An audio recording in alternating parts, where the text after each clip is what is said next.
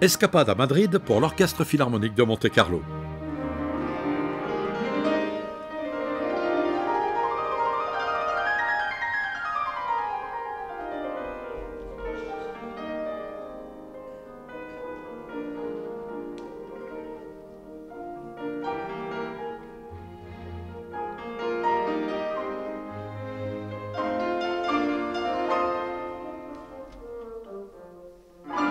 Invitée par la reine d'Espagne, la formation monégasque s'est produite dans le cadre du cycle Concerto et solistes extraordinaires à l'Auditorium national de musique de Madrid, avec, dans le 5e concerto pour piano de Beethoven, un soliste vraiment exceptionnel, Nicolas Angelich, très attaché à ce concerto avec lequel il a fait ses débuts aux États-Unis avec le New York Philharmonic sous la direction de Kurt Masur.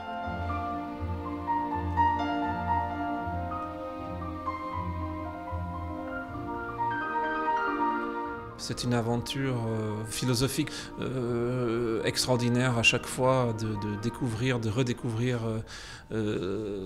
l'expérience de Beethoven. Je crois que c'est quelque chose qui est très fondamental pour un musicien, qui est particulièrement difficile et qui est quelque chose de, je sais pas, dont moi j'ai besoin, qui est nécessaire. Je pense que pour un musicien, il y a certains compositeurs qui sont nécessaires. Il y a très peu de choses. J'aime beaucoup de choses différentes, mais je dirais que Bach ou Beethoven, par exemple, c'est des choses extrêmement nécessaires. Mozart, c'est extrêmement nécessaire. Et il y en a plein d'autres, évidemment. Mais là, c'est très particulier.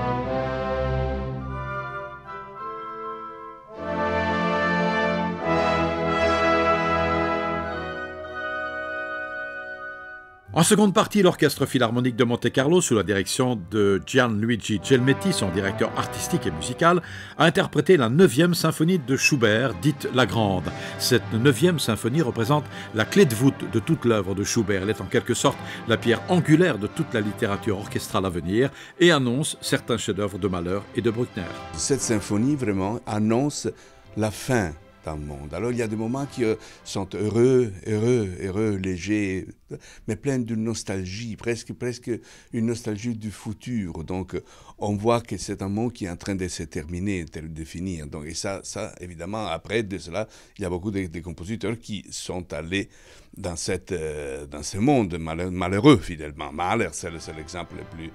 Donc c'est pas qu'il annonce Mahler, mais donc il est, d'un côté, on entend qu'il a le regret, l'amour d'un monde qui est passé et il sait ce qui va se passer.